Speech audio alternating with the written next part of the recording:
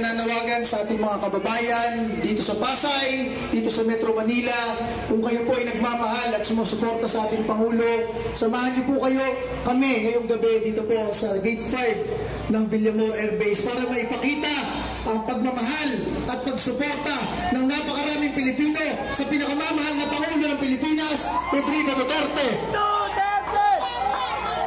Sa ating po mga kasamahang pulis, alam natin, minamahal rin nila si Pangulong Duterte. Dinoble ng Pangulong Rodrigo Duterte ang kanilang sweldo. Tinulungan sila sa paglaban sa mga teroristang NPA. Kaya naiintindihan natin ang kanilang sitwasyon ngayon. Nandyan sila, pero kanina mayroong mga pulis na naiiyak dahil mahal rin nila si Pangulong Rodrigo Duterte. Kaya tayo po dito, tayo po ang magsalita para sa ating mga kasamaang pulis at sundalo na hindi makakilos ngayon at napipilitan lamang sa kanilang ginagawa. Tayo po ay nananawagan sa ating mga kababayang Pilipino na sumama dito sa peaceful gathering po natin para maipahayag ang ating pagmamahal sa isang Pilipino na ngayong gabi ay tinatangka ibigay sa mga dayuhan. Yung ICC na yon, yun nga mismo ay tinanggihan na ni Pangulong Trump ng Amerika, binan sa Amerika. Bakit tayo? Ibinibigay ba natin mismo sa ICC ang isang kababayan natin? Hindi lang isang kababayan, isang Pilipino na naglingkod ng maayos, mahal na mahal ang milyong-milyong Pilipino. Ang kaisa-isang presidente ng Pilipinas na tinulungan tayo labanan ng mga durugista at kriminal at teroristang NPA sa ating bansa. Kaya tayo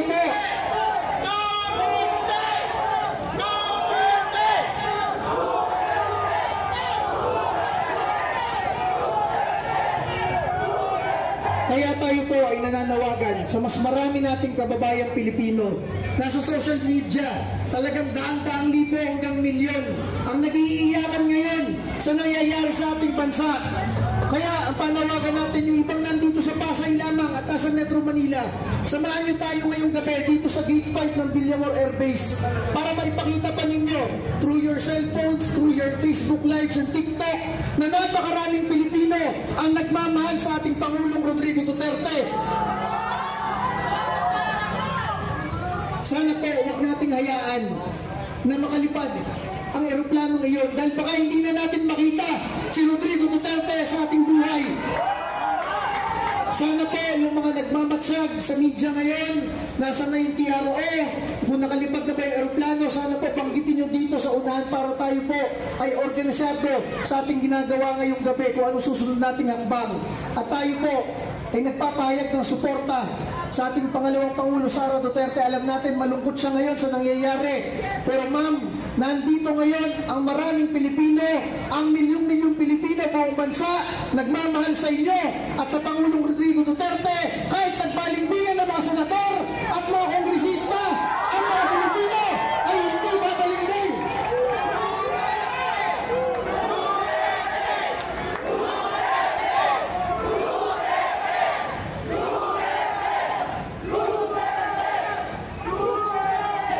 Panghuli na lamang, napakaraming nagme-mensahe sa ating kanina. Mga opisyal ng PNP, mga opisyal ng AFP, lahat sila nagpapahayag na nalulungkot sila bakit ganito nangyayari sa ating bansa. Hindi lang sila makapagsalita. Ang ating Pangulong Rodrigo Duterte ngayon ay hawak ng PNP at nasa isang kampo ng AFP. Kaya ang masabi natin, sana po, samahan nyo kami dito sa isang peaceful gathering. Okay, interruption po. Mawalang galang po. Parating po ang ating VP ngayon. Papasok.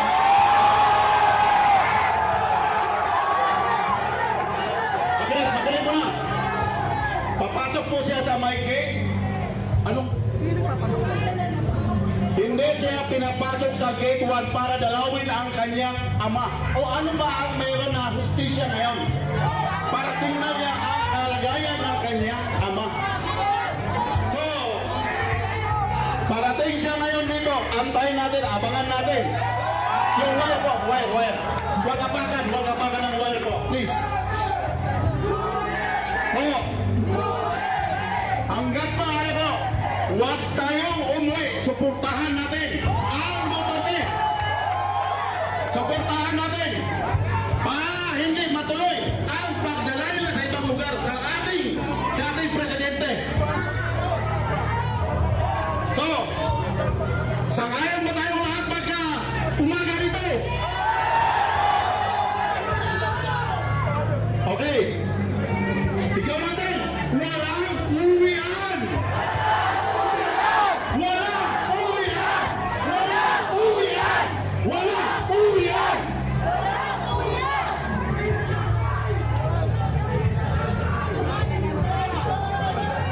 Okay, Inday Sara Duterte! Inday Sara Duterte! Inday Sara Duterte! Inday Sara Duterte! Okay, kung meron ba gusto magsasalita, kayo po ay welcome. Apo, kapatid.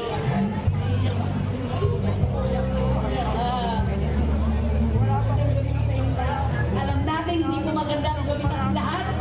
Assalamualaikum warahmatullahi wabarakatuh. Sa aking mga kababayan na Maranao na Muslim at lahat ng mga kababayan natin na mga Muslim na nandito. 2016 kami ay sumusuporta kay Tatay Digong. Nagkaroon kami na puwan dito sa Pilipinas dahil kay Tatay Digong.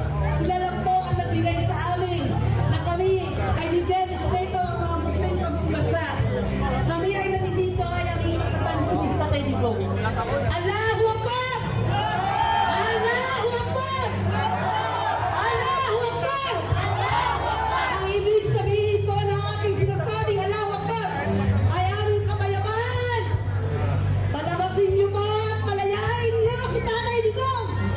Wala po siyang ginawa sa inyo. Wala kayong utang na loob. Kaya kayo nanalo at naibalik sa Malacanang. Dahil sa anak niya, si Duterte, Sara Duterte. Bakit niyo ginagawa at inaapin niyo? Kaya nailili ang tatay niyo, wala kayong utang na loob. Tandaan niyo yan!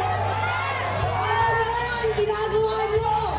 Pag-aaboso niyo sa mga Pilipino. Pati na naman ang Duterte na tumulong sa inyo na may balik kayo sa Malacanang. Inabusuhan niyo rin. Bakit? Palayain niyo.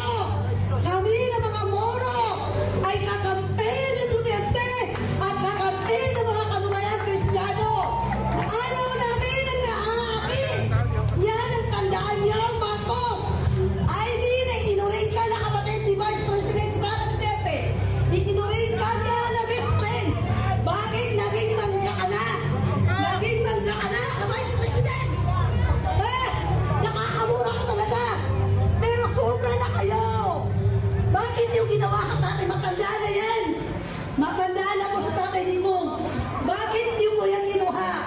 Naglabas ang Supreme Court ng TOR. Ibig sabihin, hindi niyo po pwede inabas si Tatay Digong. Ultimo ang President Trump. Wala pong ICC. Ang pinakalabas niyo na signature na ICC ng Italian ay kinopya. Dinoktor niyo po para masabi niyo na yun ay ICC. Ang sabihin niyo, kayo ang nag-alang ICC sa bansa na ito. Ano pa ba ang gusto niyong gawin? Dinaktangan niyo kami mga bansa dito. Mga Pilipino, anong ginawa niyo? Kinuha niyo ang pera ng perhen. Lahat-lahat. Wala kaming nagawa.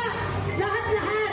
Pati ba naman ang Tatay Digong na nagbigay sa amin ng karapatan dito sa bansa ay kinuha niyo. Bakit? Alam niyo ba ang kinuha niyo? Hindi yan ICC ang ginawa niyo. Tawag dyan ay kinidnap niyo. Malinaw na kidnap. Malinaw na kidnap. Malinaw na kidnap ang ginawa niyo kay Tatay Digong. Yun ang totoo. Yun ang totoo. Wala ka ba ang ginawa niyo? Okay, let's go.